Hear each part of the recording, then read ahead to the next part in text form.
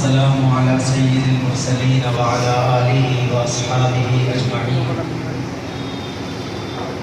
أما بعد فأعوذ بالله من الشيطان الرجيم. بسم الله الرحمن الرحيم. اهدنا الصراط المستقيم. وقال تبارك وتعالى إن هذا القرآن يهدي للتي هي أقوم. وقال تبارك وتعالى فإن آمنوا بمثل ما آمنتم به فقد اهتدوا وإن تولوا فإنما هم في شقاق فسيكفيكهم الله وهو السميع العليم. صدق الله العظيم. درود شریف اللهم صل على سيدنا محمد وعلى آل سيدنا محمد وبارك وسلم. قابل احترام بزرگوں اور بھائیوں، محرم الحرام کی 3 تاریخ ہے اور محرم کے مہینے میں عظمت صحابہ کے عنوان سے اور امروہہ میں کوئی پروگرام منعقد کیا جا رہا ہو تو اس کا بیک گراؤنڈ اور پس منظر سمجھانے کی ضرورت نہیں. سب کو اندازہ ہے کہ محرم الحرام کو کیا مناسبتیں ہیں، محرم الحرام کے اندر کیا کچھ ہوا ہے تاریخی اعتبار سے، کیا کچھ پھر اس کی یادگار میں اب ہوتا ہے، وہ سب ہمارے سامنے. اس وجہ سے ہمارے عزیز گرامی آپ کے امام و خطیب جناب مفتی نعیم احمد صاحب دامت برکاتہم نے بھی جو یہ پروگرام ترتیب دیا ہے، میں سمجھتا ہوں کہ شاید یہ اسی مناسبت سے ہے جو ہم اپنے شہر میں بھی مختلف چیزیں دیکھتے ہیں. تو ظاہر ہے کہ موقع پر ہی کوئی بات کہی اور سنی جاتی ہے اور موقع ہونے کی وجہ سے ہی اس کا سمجھنا اور عمل کرنا اور یاد رکھنا آسان بھی ہوتا ہے.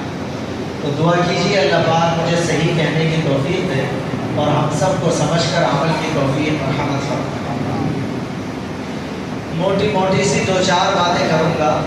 ذکر آیا ہے حضرات صحابہ کا، ان کی بھی بات کروں گا لیکن وہ 4تھے نمبر کی اور آخری بات ہے. بات جو ہوگی اسے سمجھنے کے لیے بنیادی طور پر ایک تمہید ذہن میں رکھیے اور وہ یہ ہے کہ کسی کے لیے بھی کامیابی کے ساتھ سفر کرنا اور آسانی کے ساتھ منزل پر پہنچنا اس وقت آسان ہوتا ہے جب اسے منزل کا پتہ ہو، اور نمبر 2 اس منزل تک پہنچنے کے لیے اس نے جو راستہ چنا ہے اس راستے کے بارے میں یہ طے ہو کہ اس راستے میں کوئی خطرہ نہیں ہے، یہ سیدھا راستہ ہے اور منزل تک پہنچا.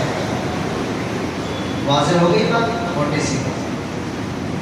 کوئی شخص آپ کو بس میں سفر کرتے ہوئے ملا، آپ اورنگاباد جا رہے تھے، بس میں بیٹھے تھے، وہ بھی جا رہا تھا، آپ نے اس سے بات چیت شروع کر دی، پوچھا کہاں جا رہے ہو؟ پتہ نہیں میرے کو کہاں جا رہا. تو اس کا تو یہی جواب ہو سکتا ہے کہ تم تو پھر پاگل کا داخل کرا دیا جائے.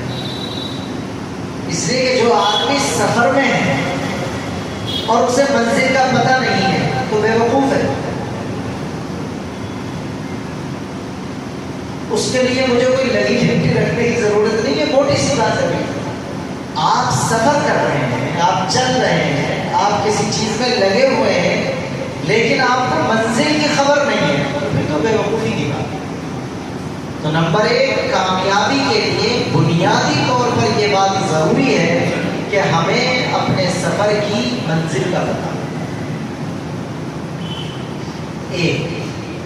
پھر نمبر 2 یہ بھی ضروری ہے کہ اس منزل تک پہنچنے کے لیے ہم نے جو راستہ منتخب کیا ہے اس راستے میں بھی ٹیڑھ اور کجی نہ ہو، خطرات نہ ہو، راستہ پرخطر نہ ہو، بلکہ اس راستے پر چلنے سے پہلے ہمیں کنفرم کر لینا چاہیے کہ آگے اس میں کسی قسم کی کوئی خرابی یا پریشانی تو پیش نہیں.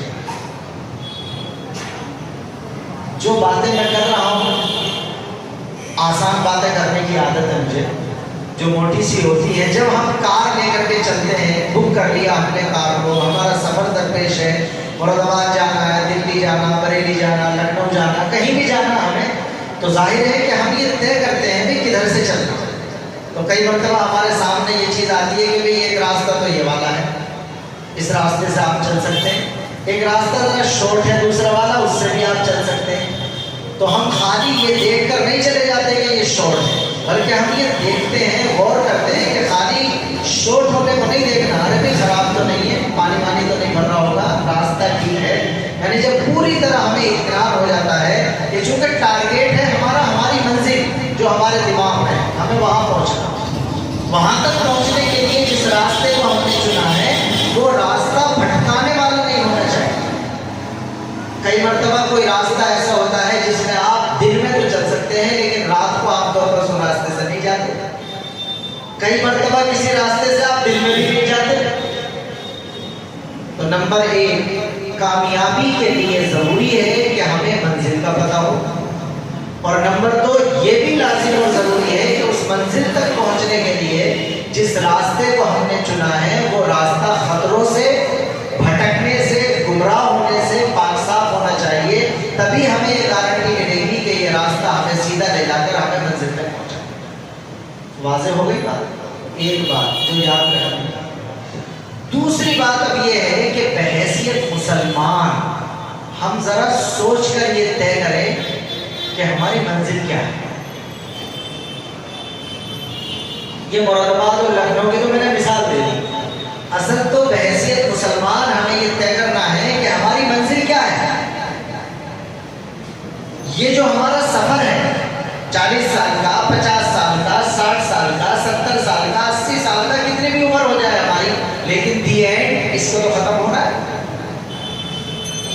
تو جب یہ ہمارا سفر مکمل ہو تو ہمیں یہ تو اطمینان ہو کہ یہ سفر ہم نے جس منزل کو پانے کے لیے اختیار کیا تھا، کیا واقعی ہم اس منزل پر پہنچ رہے ہیں کہ نہیں پہنچ رہے ہیں. اور اس 60-70 سال میں جس راستے پر ہم چل رہے ہیں، کیا وہ راستہ ہمیں واقعی اس منزل تک پہنچائے گا بھی، یا ہمیں بھٹکا دے گا اور ہمیں شیطان کے کسی دوسرے راستے پر موڑ دے گا اور ہم اپنی منزل کو پانے کے بغیر کسی دوسری منزل پر پہنچ جائیں. تو دوسری بات آج کی ہماری یہ ہے کہ ہم یہ طے کریں اور غور کریں اور سوچیں کہ بحیثیت مسلمان ہماری منزل کیا ہے. دیکھو اس اعتبار سے اگر دیکھیں گے تو ہم میں اور ہمارے ہندو بھائیوں میں بہت فرق ہے. بھائی ان کی منزل تو یہی دنیا ہے، اوپر آکاش نیچے دھرتی. ان کی منزل تو یہ ہے کہ میری زندگی ٹھیک گزرنے لگے اور جب میں دنیا سے جانے لگوں تو اتنا اطمینان ہو کہ میرے بچے بھی ٹھیک ٹھاک سیٹ ہو گئے، انہیں کوئی پریشانی نہیں ہو، بس کامیاب ہو گیا. لیکن ہماری منزل یہ نہیں ہے. ہماری منزل اور آگے ہے. دنیا سے چلے جانا، آنکھ کا بند ہو جانا، یہ ہماری منزل نہیں ہے. اگر کسی نے اپنی منزل صرف موت تک کی زندگی کو بنایا ہے تو اس کے لیے تو اتنی تیاری کافی ہے کہ میں ٹھیک ٹھاک کھانے پینے کے ساتھ زندگی گزاروں اور اپنے بچوں کی شادیاں کر دوں، گھر بنوا دوں، انہیں اپنے پیروں پر کھڑا کر دوں، تو بس میری یہ منزل مکمل. بہت غور کیجیے گا جو بات کہہ رہا ہوں. یہ ان کی منزل تو ہو سکتی ہے اور یہ بہت قریب ہے. قریب والی منزل کے لیے تیاری بھی بہت زیادہ کرنے کی ضرورت نہیں ہوتی. آپ مراد آباد جاتے ہیں تو اس کے حساب سے تیاری کرتے ہیں، بریلی جاتے ہیں تو اس کے حساب سے کرتے ہیں، لکھنؤ جاتے ہیں تو اس کے حساب سے کرتے ہیں، اور اگر ہائی کورٹ الہ آباد جانا پڑ جائے تو اور زیادہ تیاری کرنی رہتی ہے. کپڑا بھی رکھ لو، ٹرین کا ٹکٹ کرایا جائے گا، کھانا پینا بھی رکھا جائے گا. یعنی جتنی دور ہمیں جانا ہے اسی کے اعتبار سے ہماری تیاری.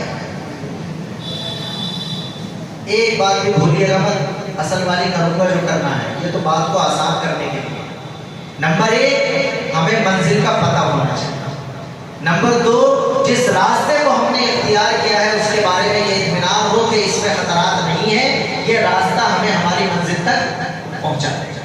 اور نمبر 3 یہ ہے کہ اب ہماری منزل کیا ہے یہ ہمیں خبر ہونی چاہیے.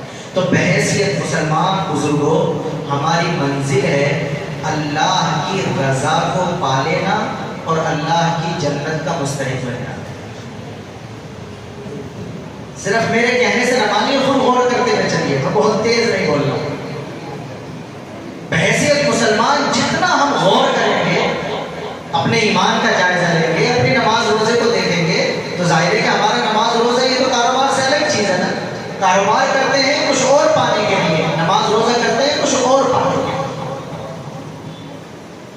تو بحیثیت مسلمان جو ہماری منزل ہے وہ بہت دور ہے، اور وہ ہے اللہ کی رضا کو پا لینا، کہ اللہ راضی ہو جائے اور اللہ کی جنت کا کیا بن جانا، مستحق بن جانا۔ اور سچی بات یہ ہے کہ جنت کے مستحق بننے سے بھی زیادہ ہے اللہ کی رضا کو کیا کر لینا، پا لینا۔ اس کے لیے میں آپ کے 5 منٹ لوں گا۔ ایک موقع پر ہمارے نبی پاک علیہ السلام نے اپنے صحابہ کے سامنے یہ تقریر ارشاد فرمائی، مضمون بیان فرمایا کہ جب سارے جنتی جنت میں چلے جائیں گے اور سارے جہنمی جہنم میں چلے جائیں گے، سب کے بارے میں فیصلہ ہو جائے اور جنتیوں کو ساری نعمتیں مل جائیں گی۔ ظاہر ہے کہ جنت میں ایسی عجیب و غریب نعمتیں ملیں گی جن کا دنیا میں رہ کر تو ہم تصور بھی نہیں کر سکتے۔ وہ جو اللہ پاک نے نعمتیں تیار کر رکھی ہیں ان کے بارے میں تو اللہ کے نبی نے کلیئر ہمیں بتلایا ہے کہ وہ ایسی نعمتیں ہیں کہ نہ کسی آنکھ نے دیکھی، نہ کسی کان نے سنی، اور نہ کسی کے دل میں ان کا خیال آیا۔ بھائی دنیا میں رہتے ہوئے کچھ نعمتوں کو ہم دیکھ لیتے ہیں، کچھ نعمتوں کو ہم سن لیتے ہیں، اور کچھ نعمتوں کا صرف خیال کر لیتے ہیں کہ یار مجھے یہ بھی مل جاتا تو بڑا اچھا تھا، لیکن جس کا خیال کرتے ہیں کم از کم وہ ہمارے خیال میں تو آ جاتی ہے۔ لیکن جنت کی نعمتیں تو وہ ہیں کہ کتنا ہی بڑا ہم سوچیں پھر بھی ہم جنت کی نعمتوں کو سوچ بھی نہیں سکتے، وہ ہماری سوچ سے بھی بڑی۔ سارے جنتیوں کو جب سارے انعام مل جائیں گے تو ایک دن اللہ تعالیٰ فرشتے کے ذریعے سے جنت والوں کے سارے محلے میں، سارے وارڈ میں، سارے شہر میں، پوری جنت کو کچھ بھی سمجھ لیجئے، اس میں اعلان کرائے گا اور سب کو جمع کرے گا، اور اس کے بعد یہ پوچھے گا کہ جنتیوں یہ بتلاؤ کیا تمہیں کچھ اور چاہیے، کچھ اور دوں تم کو؟ تو جب یہ سوال ہوگا کہ ہمیں کچھ اور دینے کی بات کہی جا رہی ہے تو ان کا دماغ فیل ہو جائے گا، وہ سوچنے لگیں گے کہ یار سوچو کون سی چیز ہمیں نہیں ملی، تو ان کی سوچ فیل ہو جائے گی کہ ہمیں تو سب کچھ ملا ہوگا۔ کوئی ایک چیز بھی وہ اپنی طرف سے ایسی نہیں بتا سکیں گے کہ ہاں اس چیز کی کمی رہ گئی، ہمیں یہ چیز چاہیے۔ بیچ میں رک کر کہہ دوں کہ دنیا میں لائف ٹائم یہ والی صورت پیدا ہو ہی نہیں سکتی۔ آدمی کے پاس جو کچھ بھی آ جائے، جتنا بھی آ جائے، اسے یہ لگتا ہے کہ ابھی یہ والی چیز کی کیا رہ گئی، کمی رہ گئی، اور کمی کمی کمی کمی کمی کرتے کرتے کرتے آدمی دنیا سے چلا جائے۔ لیکن جب جنتیوں کو جمع کر کے اللہ تعالیٰ کی طرف سے سوال کیا جائے گا کہ بتاؤ بھائی کچھ اور دوں، تو جنتی خود اپنی زبان سے کہیں گے اے اللہ اور کیا دیں گے آپ؟ الگ تو بھائی وجوہ نا، آپ نے تو ہمارے چہرے خوب شاندار خوبصورت بنا دیے، آپ نے تو ہمارا نام امان ہمارے دائیں ہاتھ میں دے دیا، آپ نے تو ہمیں اپنی جنتوں میں ٹھہرا دیا، اس میں نہریں ہیں، اس میں حوریں ہیں، اس میں انعامات ہیں، یعنی گویا وہ یہ کہیں گے اپنی زبان سے کہ اب ہمیں اور کیا چاہیے، آخر سب کچھ تو ہمیں مل گیا۔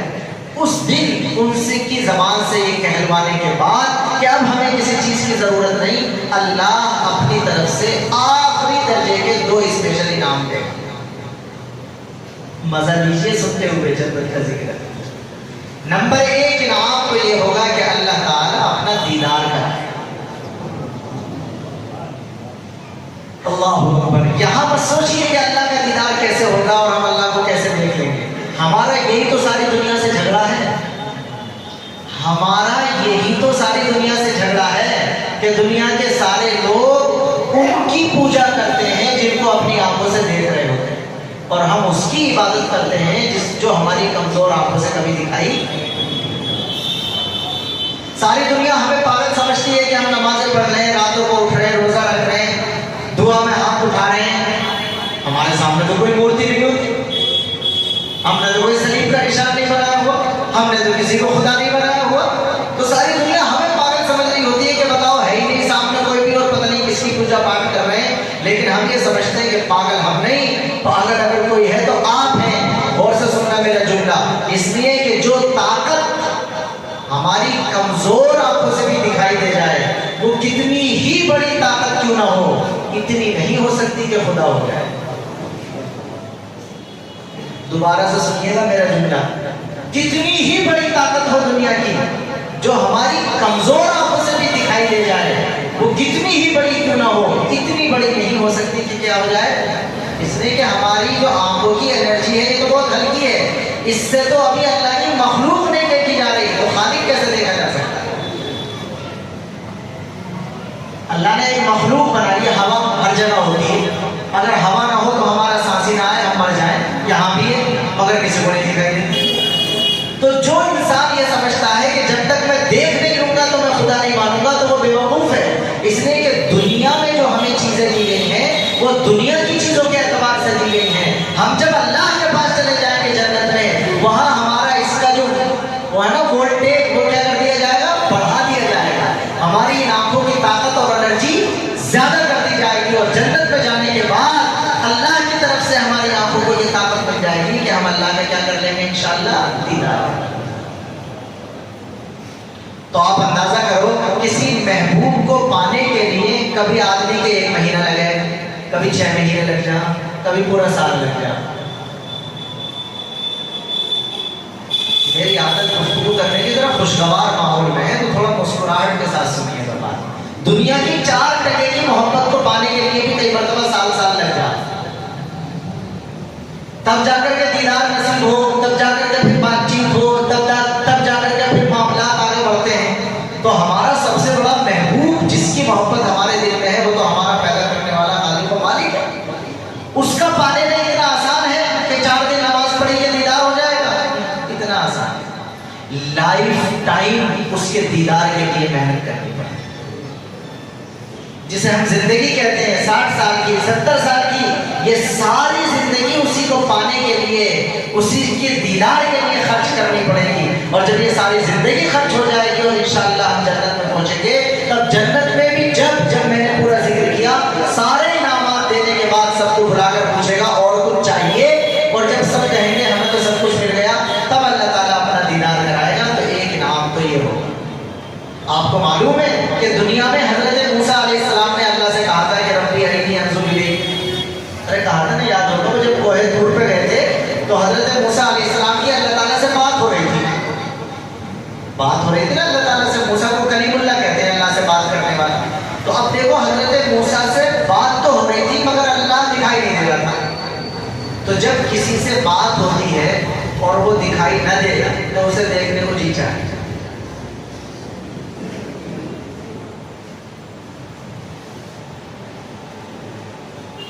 میں خاموش ہوا تھوڑی دیر تاکہ آپ پورا مضمون سمجھ لیں، میں اس میں تفصیل میں نہ جاؤں۔ دیکھ رہے ہیں آج کل ہمارے نوجوانوں کو، پہلے تو بات کر جاتے ہیں پھر دیدار کی باتیں کرتے ہیں۔ اس ٹیلی فون نے جو بربادی کیا ہوگا، بس پورا مضمون ہو گیا۔ حضرت موسیٰ علیہ السلام کی بھی اللہ سے کیا ہو رہی تھی؟ بات ہو رہی تھی۔ تو اس کا مطلب یہ ہے کہ کان کو تو مزہ آ رہا ہے، محبوب کی بات سننے مل رہی ہے، آنکھ تڑپ رہی ہے کہ محبوب کی صورت دیکھنی ہے۔ تو جب اللہ سے بات ہوئی تو حضرت موسیٰ سے رہا نہیں گیا اور ایک دم کہنے لگے ربی ارنی انظر الیک، اے اللہ تیری آواز تو آ رہی ہے لیکن تیرا دیدار نہیں ہو رہا، کم از کم مجھے دیدار بھی کرا۔ تو اللہ تعالیٰ نے فرمایا قال لن ترانی، موسیٰ تم ابھی دنیا میں ہو۔ ارے بھائی جیسا بلب جس جگہ کے لیے لگایا جاتا ہے اتنے واٹ کا لگا لیا جا، بیٹھنا جو ہے جس حساب سے ہمیں ضرورت ہوتی ہے اتنی طاقت کا رکھ لیتے۔ یہ پورا مضمون سمجھ میں آ رہا ہے کہ نہیں؟ اب دنیا میں جو ہمیں آنکھ دی گئی ہے، کان دیے گئے ہیں، ہاتھ پیر دیے گئے ہیں، یہ دنیا کی ضرورتوں کے اعتبار سے دیے گئے ہیں، آخرت کی ضرورتوں کے اعتبار سے ابھی اتنا طاقت نہیں ہے۔ تو اللہ نے حضرت موسیٰ سے کہا لن ترانی، موسیٰ یہ دنیا والی آنکھیں ہیں ابھی، ان سے میرا دیدار نہیں ہو سکتا۔ لیکن کہیں موسیٰ کا دل نہ ٹوٹ جائے، اس وجہ سے ایک ایگزامپل دے دیا اللہ نے، فرمایا ولکن انظر الی الجبل، لیکن موسیٰ ایسا کرو تم یہ جو تمہارے پاس پہاڑ ہے نا اسے دیکھو، میں اپنی روشنی اور اپنے نور کی تجلی اس پر ڈالوں گا۔ اگر یہ پہاڑ میری تجلی کو برداشت کر لے تو تم بھی تھوڑا اندازہ کر لینا کہ شاید تم بھی برداشت کر سکو، اور اگر یہ پہاڑ نہ برداشت کر سکے تو تم بھی سمجھ لینا تم دنیا میں میرا دیدار نہیں کر سکتے۔ قرآن کہتا ہے فلما تجلی ربہ للجبل، جب اللہ تعالیٰ نے اپنی تجلی پہاڑ پر ڈالی تو جعلہ دکا، اللہ کی اس تجلی نے پہاڑ کو بھی ٹکڑے ٹکڑے کر دیا۔ وخر موسیٰ صعقا، اور موسیٰ علیہ السلام بے ہوش ہو کر گر گئے۔ فلما افاق، اور جب تھوڑی دیر میں ہوش آیا تو کہا انی تبت الیک وانی من المسلمین، الہی توبہ، اب دنیا میں رہتے ہوئے دوبارہ آپ سے سوال نہیں کروں گا، میں نے مان لیا کہ تو اگرچہ دکھائی نہیں دے رہا لیکن تم موجود ہے۔ شاعر کہتا ہے کہ تو دل میں تو آتا ہے سمجھ میں نہیں آتا، تو دل میں تو آتا ہے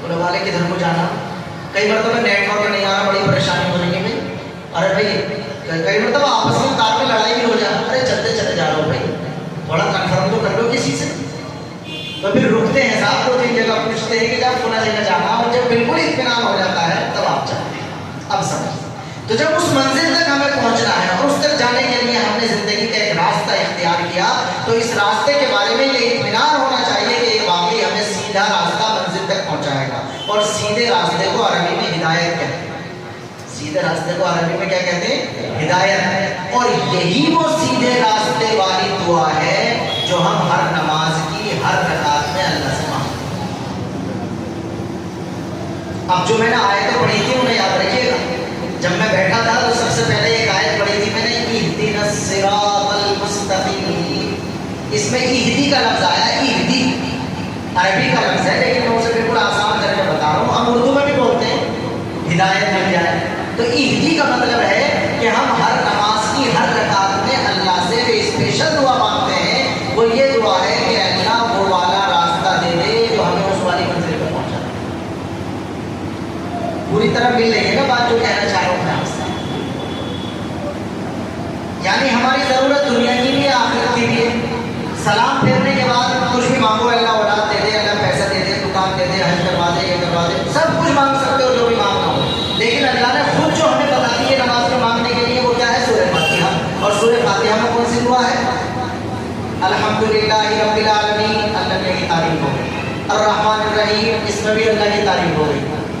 مالک یوم الدین, اس میں بھی اللہ کی تعریف ہو گئی. 3 آیتوں میں تو پہلے اللہ کی تعریف کرتے ہیں. ایاک نعبد و ایاک نستعین, چوتھی آیت میں اللہ کو اپنے تعلق کا یقین دلاتے ہیں. سمجھ میں آ رہی پوری بات؟ اگر کسی سے 4 پیسے لینے ہو تو بھی یہ کرنا پڑے دنیا میں بھی. پہلے تو اس کی تعریف کرو جا کر, کہ حاجی جی آپ تو بہت ہی اچھے آدمی ہیں, آپ نے کیا ٹھکانا ہے, اور میاں آپ تو بڑا خیال رکھتے ہیں, لوگوں کے کام آتے ہیں. حاجی جی بھی سوچ رہا پتہ نہیں کیا کہنا آگے. تو پہلے تو آدمی کی تعریف کرنی پڑے, اس کے بعد اسے یہ بتانا پڑا ہے کہ میں بھی ٹھیک ٹھاک آدمی ہوں. یار دیکھا نا حاجی جی, کئی مرتبہ ہمارا بھی تو واسطہ پڑا آپ سے, آپ نے ہماری بھی ضرورتیں پوری کی ہیں, مگر ٹائم پہ ادائیگی کر دی کہ نہیں کر دی ہم نے بھی. اور اس کے بعد کہہ رہے تھے 10,000 روپے کی ضرورت ہے. یہ میں نے سورہ فاتحہ سمجھائی آپ کو, اس لیے کہ انسان کا مزاج ہی ایسا ہے. اللہ تعالیٰ بھی جو قرآن اتارتا ہے تو وہ نیچر کے اعتبار سے اتارتا ہے. نیچرل ہے, نیچرل قرآن بالکل. ہم جاتے ہیں نماز پڑھتے ہیں, الحمدللہ رب العالمین تعریف, الرحمن الرحیم تعریف, مالک یوم الدین تعریف. اگلی چوتھی آیت ایاک نعبد و ایاک نستعین, اے اللہ ہم تجھ سے مانگنے کے لیے آئے تو دیکھ تیرے علاوہ نہ تو کسی کی عبادت کرتے ہیں, اور جب بھی ضرورت ہوتی ہے تیرے علاوہ کسی سے کچھ نہیں مانگتے ہم. یہ ایگریمنٹ سا کر دیا. اب کہا اہدنا الصراط, مجھے چاہیے یہ کہ اس راستے پہ ڈال دے جو اس والی منزل تک پہنچے. ٹھیک ہے جی, تو یہ تو ہے ہماری دعا جو سورہ فاتحہ میں ہوتی ہے.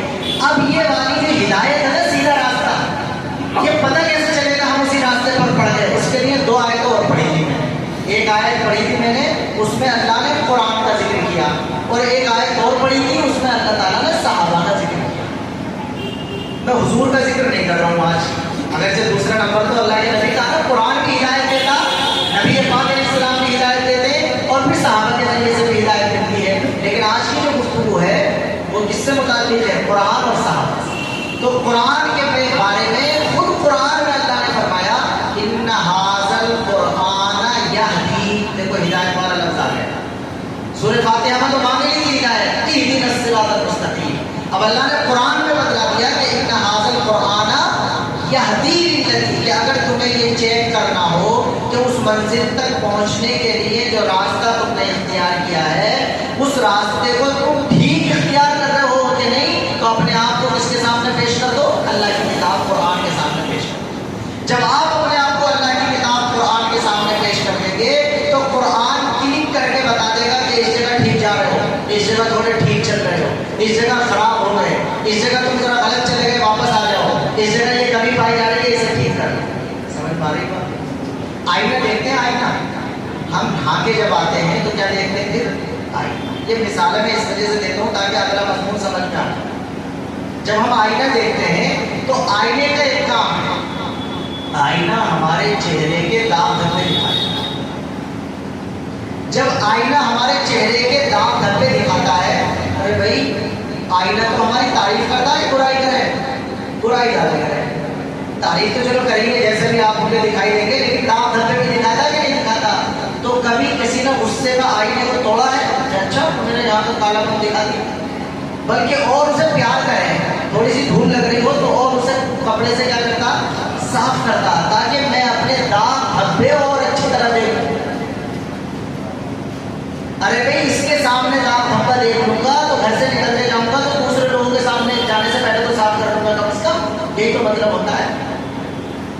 تو یہ آئینہ تو ہمارے چہرے کے داغ دھبے دکھاتا ہے، لیکن قرآن بھی ایک آئینہ ہے. قرآن بھی ایک آئینہ ہے.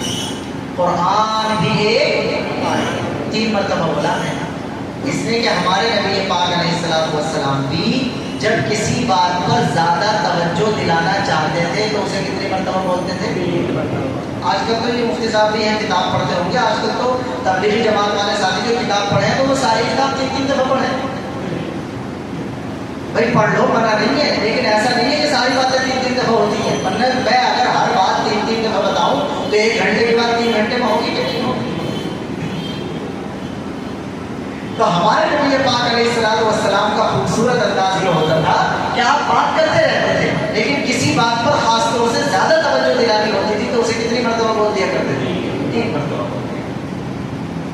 تو قرآن بھی کیا ہے؟ ایک آئینہ ہے. اور قرآن کا آئینہ اتنا صاف شفاف ہے،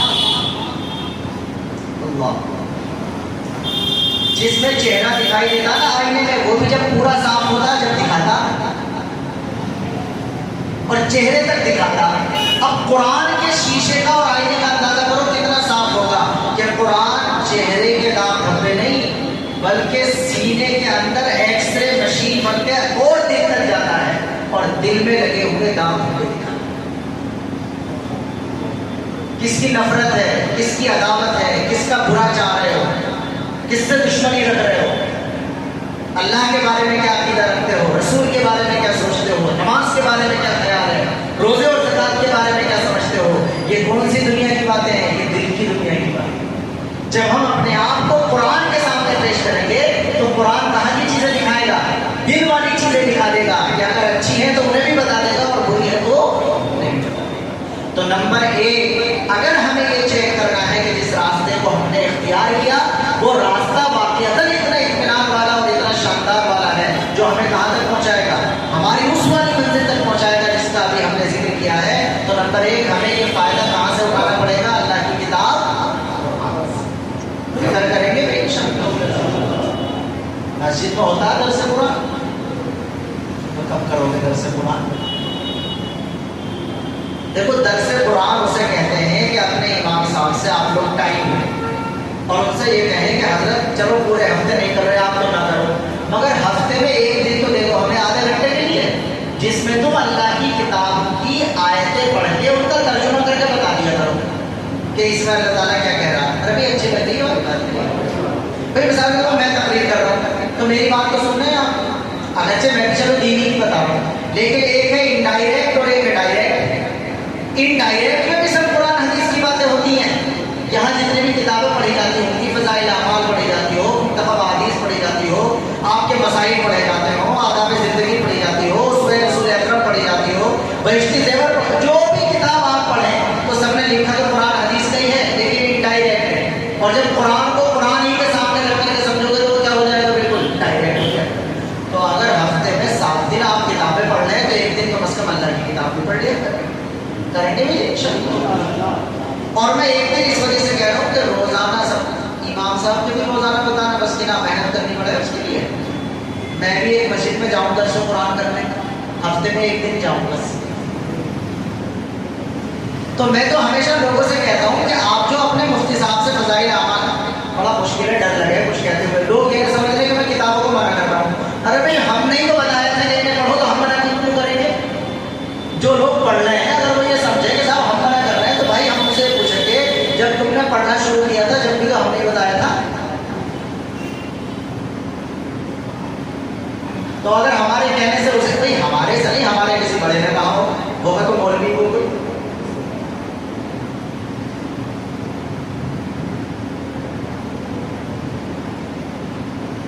تو میں تو ہمیشہ لوگوں سے کہتا ہوں کہ یہ اردو کی کتاب رکھی ہے, مفتی صاحب سے تم صحیح پڑھوا لو, تو اسے تو مفتی صاحب آنکھیں مسلتے ہوئے پڑھ دے گا, کوئی بھی ٹینشن نہیں. اور جب قرآن پڑھواؤ گے تو رات کو پہلے اسے تیاری کرنی پڑے گی. سوچے گا کل کو تو یار عشاء کے بعد قرآن کا ترجمہ کرنا, تو یہ والی کتاب کھول کے دیکھے گا, یہ والی کتاب کھول کے دیکھے گا, یہ والی کتاب کھول کے دیکھے گا, تب جا کے تیاری ہوگی, تب جا کے وہ بتلائے گا کہ اس آیت میں اللہ تعالیٰ نے یہ بتلایا. تو فکر کریں گے بھی انشاءاللہ. تو اس لیے کہ قرآن ڈائریکٹ ہمیں یہ بتاتا ہے کہ ہمیں اس راستے کو کس طرح اختیار.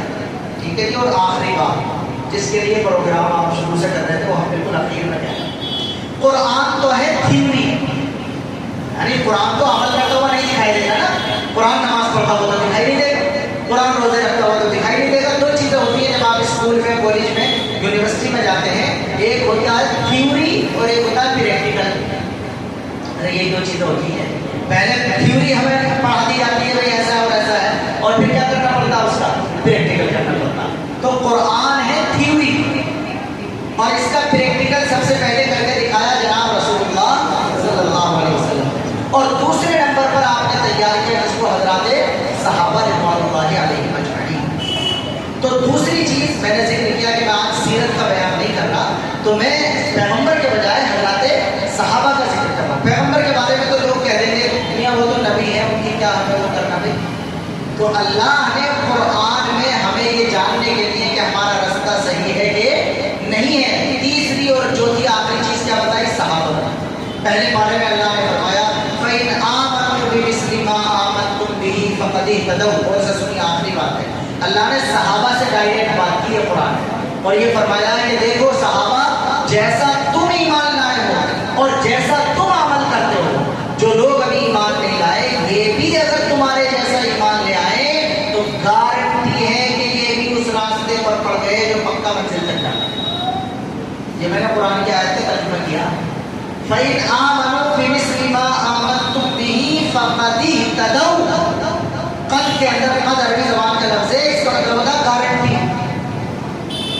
اللہ نے فرمایا کہ اے صحابہ جس طرح تمہارا ایمان ہے, جو لوگ ابھی ایمان نہیں لائے وہ بھی اگر تمہاری طرح کا ایمان لے آئے, کس کی طرح کا, صحابہ کی طرح, اگر وہ بھی صحابہ تمہاری طرح کا ایمان لے آئے فَقَدِ اهْتَدَوْا. تو گارنٹی کی بات ہے کہ انہیں بھی وہی والا راستہ مل گیا جو منزل تک جاتا.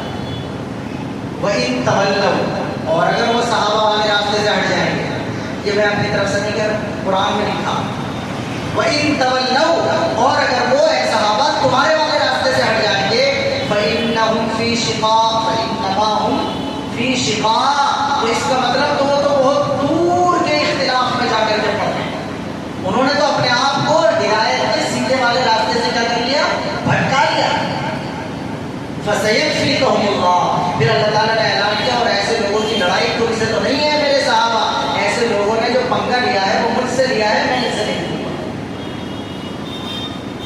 یہ اللہ نے صحابہ کے بارے میں فرمایا فَإِنْ آمَنُوا بِمِثْلِ مَا آمَنْتُمْ بِهِ. اے صحابہ جس طرح تم ایمان لائے ہو, اگر یہ لوگ بھی ایمان لے آئیں تو گارنٹی ہے کہ یہ منزل تک پہنچنے والے راستے پر پڑ گئے, اور اگر یہ اس سے ہٹ جائیں گے تو یہ دور کے اختلاف میں جا پڑے. اب ان کا معاملہ کس کے ساتھ ہے, اللہ کے ساتھ ہے, اور اللہ ہی کے ساتھ ان کا معاملہ ہے. وہ بتائے گا کہ تم کس راستے کو صحیح سمجھ رہے تھے اور کس کو غلط سمجھ رہے تھے. یہ ہے حضرات صحابہ. حضرات صحابہ رضوان اللہ علیہم اجمعین کی جو اکثریتیں, فضیلتیں ہیں وہ ہم سب جانتے ہیں. ہم سے کوئی اگر ذکر کروانا چاہے ابو بکر, عمر, عثمان و علی کا, ذکر کروانا چاہے سعد, سعید, طلحہ, زبیر, عبیدہ اور سعد بن ابی وقاص کا, ہم سے کوئی ذکر کروانا چاہے حسنین, حضرت حسن, حضرت حسین رضی اللہ تعالیٰ عنہم اجمعین کا, ہم تو 2 دن کرتے رہیں گے. ہم سے کوئی کہے کہ جناب اپنے خاندان کے بارے میں بتائیے تو پردادا ابھی نام پتہ. ہمیں پیار ہی رسول اللہ صلی اللہ علیہ وسلم سے, ہم نے تو محبت ہی صحابہ سے کی ہے. ہمیں اپنے خاندان کے بارے میں بات کرنے دیں گے تو شاید 15 منٹ میں ٹائم فش ہو جائے, یاد ہی نہیں رہے گا آگے کیا تھا. لیکن صحابہ کے بارے میں کہیے تو ہم بھی تھک جائے, آپ بھی تھک جائے, رات گزر جائے, صحابہ ایک دور ہوتے چلے جائیں گے. اچھا آپ اندازہ کیجئے, ہم اپنے گھر والوں کا بھی نام لیتے ہیں, ہم اپنے یار دوستوں کا بھی نام لیتے ہیں, لیکن جب ہم نام لیتے ہیں حضرت ابو بکر صدیق رضی اللہ عنہ کا، تو کیسا محسوس کرتے ہیں؟ اندر سے فیلنگ کیا آتی ہے؟ اندر کا احساس کیا ہوتا ہے؟ حضرت عمر کا، حضرت عثمان کا، حضرت علی کا، رسول اللہ صلی اللہ علیہ وسلم کا، آپ کے نواسوں کا، آپ کی بیٹی حضرت فاطمہ کا. اور یہ ہمارے جو سنی جو حضرات ہیں یہ سیدنا کا خیال نہیں رکھتے. خطبے میں بھی صرف ایک ہی بیٹی کا نام لیں، حضرت فاطمہ کا، پھر چاروں کا نام لے لیا کرو. اس لیے کہ شیعہ حضرات جو ہیں ہمارے بھائی، یہ حضور کی کتنی بیٹی مانتے ہیں؟ صرف ایک ہی بیٹی مانتے ہیں. اور ہم کتنی مانتے ہیں؟ 4 مانتے ہیں. تو جب 4 مانتے ہیں تو 4 کا بار بار نام بھی تو لینا چاہیے کہ نہیں لینا چاہیے؟ مگر ہم بھی اسی میں چلتے رہے. خیر، مضمون میں یہ ذکر کر رہا ہوں کہ صحابہ کے بارے میں کتنی بڑی گارنٹی اللہ کے نبی صلی اللہ علیہ وسلم نے ہمیں لے کر کے بتائی ہے. یہ ہماری آخری بات کہہ کے بات کرتا ہوں. کس وقت اذان ہے؟ 9 بجے نہیں، 9 بجے ہے نا اذان. اللہ کے نبی صلی اللہ علیہ وسلم نے ارشاد فرمایا اصحابی کالنجوم بأیہم اقتدیتم اہتدیتم، کہ میرے صحابہ ستاروں کی طرح، ان میں سے جس کی بھی انگلی پکڑ کر چلو گے تو اہتدیتم. دیکھو کوئی والا لفظ ہے کہ اہدنا الصراط المستقیم میں بھی ہدایت، ان ھذا القرآن یہدی للتی میں بھی ہدایت، فإن آمنوا بمثل ما آمنتم به فقد اہتدوا میں بھی ہدایت. اور یہ جو حدیث ہے بأیہم اقتدیتم اہتدیتم، اس میں بھی ہدایت. یعنی اللہ کے نبی نے گارنٹی سے ہمیں بتلایا کہ اگر تمہیں یہ طے کر کے سوچ لینا ہے کہ یہ راستہ سیدھا منزل تک پہنچائے گا تو یہ دیکھ لینا کہ کیا تم صحابہ کے حساب والے راستے پر چل رہے ہو یا الگ راستے پر چل رہے ہو. فرمایا میرے صحابہ ستاروں کی طرح ہیں. کس کی طرح ہیں؟ ستاروں کی. غور سے سنیے گا، اس بات کو یاد آ رہا ہے، ایک مضمون میں بیان کروں گا. میرے صحابہ ستاروں کی طرح ہیں، ان میں سے جس کی بھی انگلی پکڑ کر چلو گے تو کیا ہو جاؤ گے؟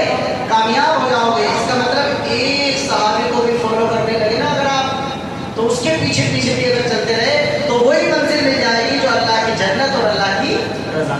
یہ اللہ کے نبی. اچھا، ستارہ کہا اس اور سمجھو، یہ والا مضمون یاد آ رہا. اللہ کے نبی نے اپنے صحابہ کو کیا کہا؟ ستارہ. تو وہ پرانے زمانے میں ستاروں سے راستے کا کام کیا جاتا.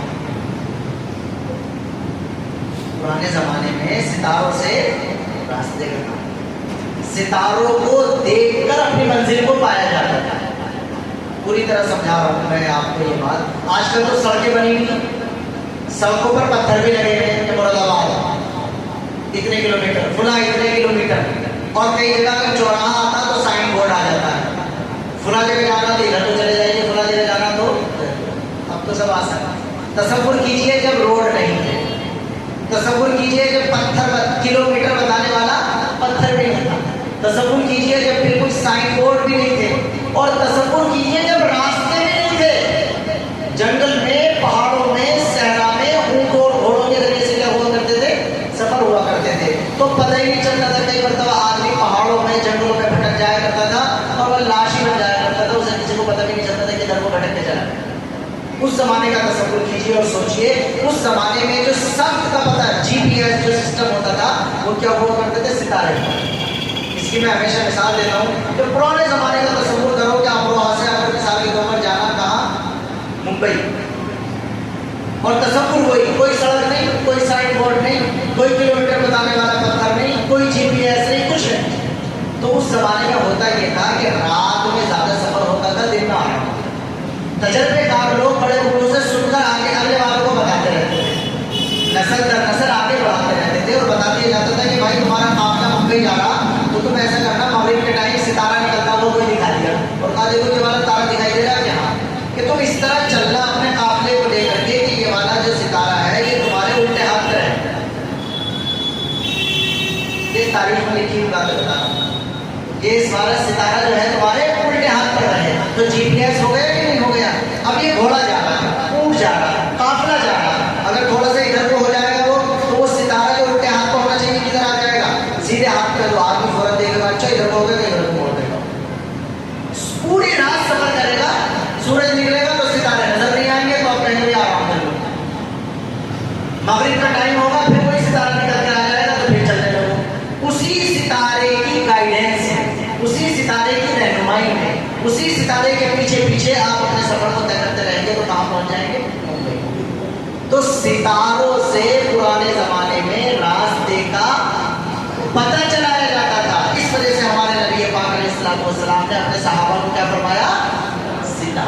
ابھی انہوں نے بھی نام پڑھی کہ آقا ہے اگر چاند، ستارے ہیں صحابہ. اس مضمون کو آپ اچھی طرح سمجھ لیجئے کہ ستارے اس وجہ سے کہا گیا ہے کہ ستاروں کے ذریعے سے گائیڈنس کا، ستاروں کے ذریعے سے رہنمائی کا، ستاروں کے ذریعے سے راستے کا انتخاب کیا جاتا تھا.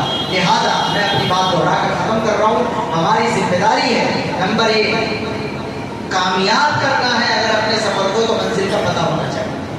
نمبر 2 اس منزل تک پہنچنے کے لیے جس راستے کو چنا ہے اس راستے کے بارے میں اطمینان ہو کہ واقعی منزل تک پہنچا ہے. ٹھیک ہے حضور.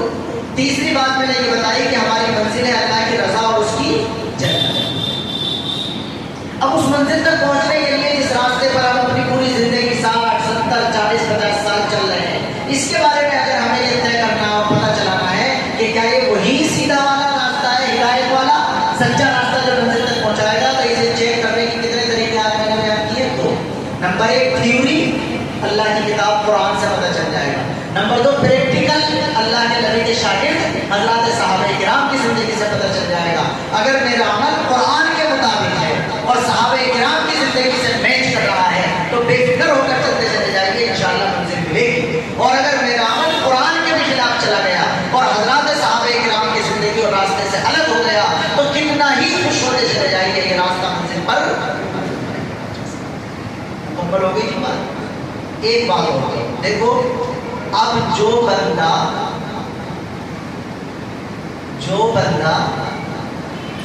اس چیز کو ہی ریجیکٹ یا ڈیلیٹ کر دے جس سے پتہ چلتا ہے کہ راستہ کیسا ہے، تو اسے راستہ کیسے ملے گا؟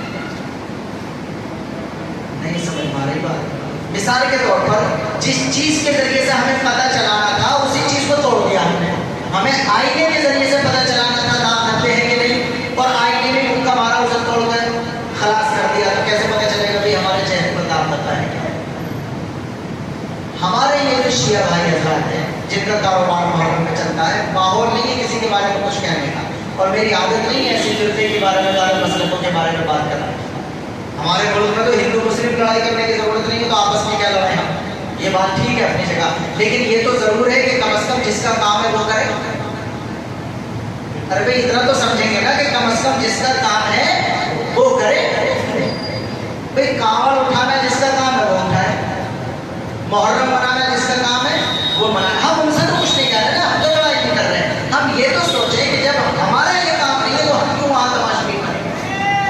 تو یہ سوچنا ان کے بارے میں اگر آپ غور کریں تو دیکھیں کہ شیعہ حضرات کا ہمارے یہاں عقیدہ کیا ہے. نمبر 1 ہمیں پتہ چل سکتا تھا اپنے راستے کا کس کے ذریعے سے، بولو قرآن کے ذریعے. تو قرآن کے بارے میں وہ یہ کہتے ہیں کہ اس وقت جو دنیا میں موجودہ قرآن ہے یہ اصلی والا ہے. عربی کہتے ہیں کہ نہیں، آپ تو مجھ سے زیادہ جانتے ہوں گے. وہ کہتے ہیں کہ ہمارے جو 12ویں امام ہیں، امام مہدی، وہ غار میں چھپے ہوئے ہیں اور ان کے پاس ہی اصل والا قرآن ہے. جب وہ نکل کر آئیں گے تو وہ اصل والا قرآن لے کر کے آئیں گے. بہت غور کرنا، بالکل آخر میں کہہ رہا ہوں میں پیغام کی بات. جب آپ کے پاس شیشہ ہی نہیں ہے چہرہ دیکھنے کے لیے تو دیکھیں گے کیسے؟ جب آپ کے پاس کوئی قرآن ہی نہیں ہے جس سے یہ پتہ چل سکے کہ تمہارا راستہ سیدھا ہے کہ نہیں، تو تم کیسے دعویٰ کرو گے کہ ہمارا راستہ سیدھا ہے؟ آپ تو اگھاڑ کر کے بیٹھے رہو، اس لیے کہ پتہ تو چلے گا جب قرآن آ جائے گا.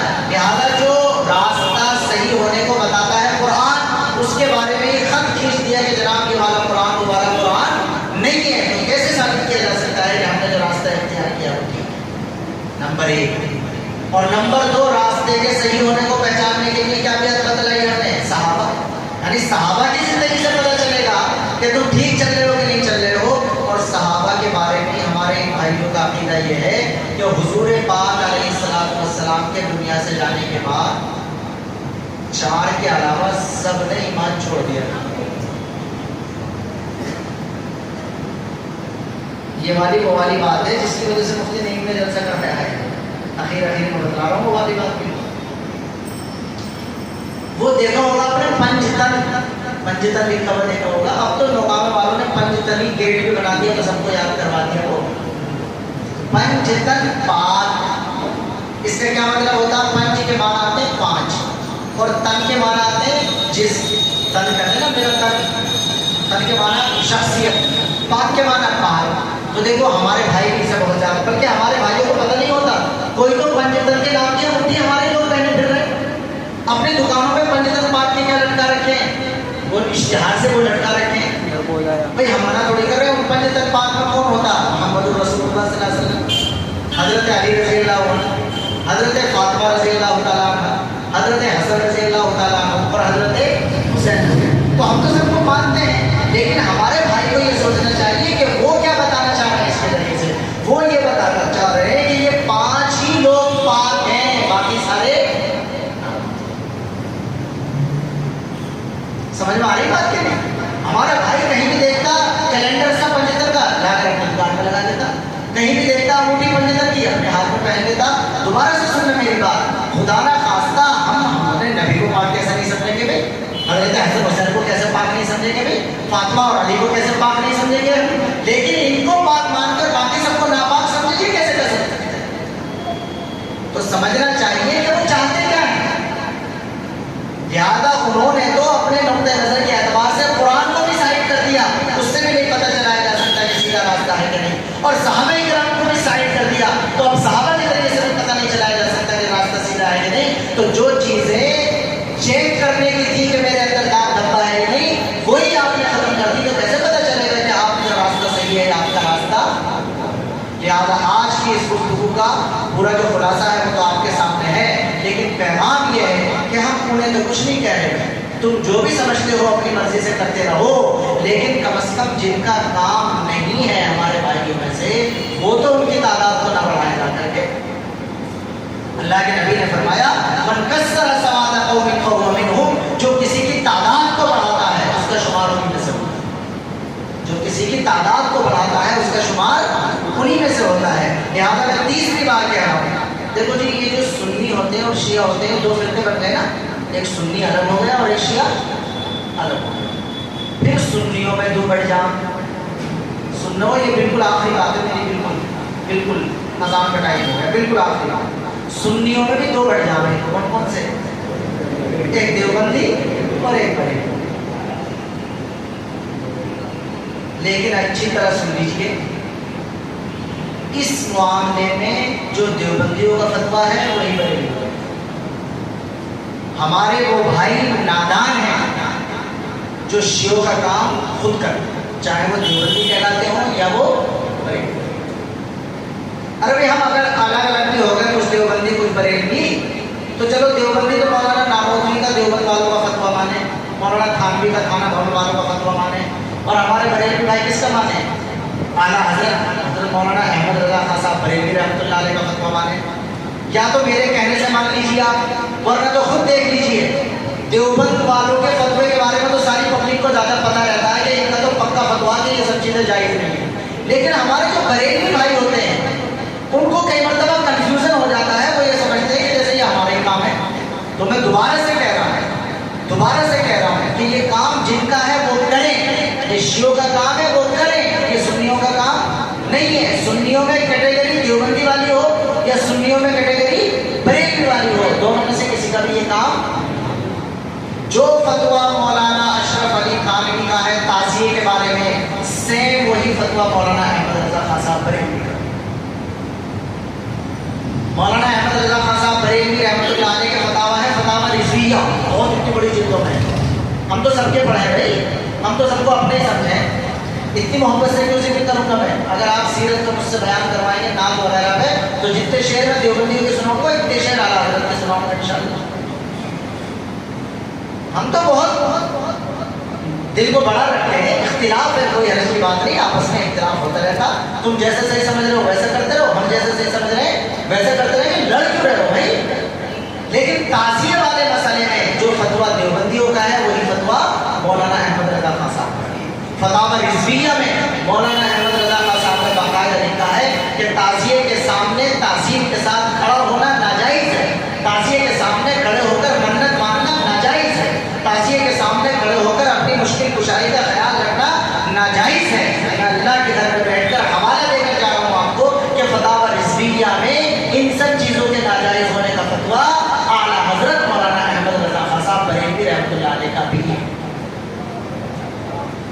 لہذا ہمیں جو لوگ کر رہے ہیں جن کا کام ہے وہ کریں، لیکن جو نہیں ہے وہ کم از کم اس کام کو نہ اپنائیں. ایک بار پھر دوہرا رہا ہوں، ہمیں منزل کا پتہ ہونا چاہیے.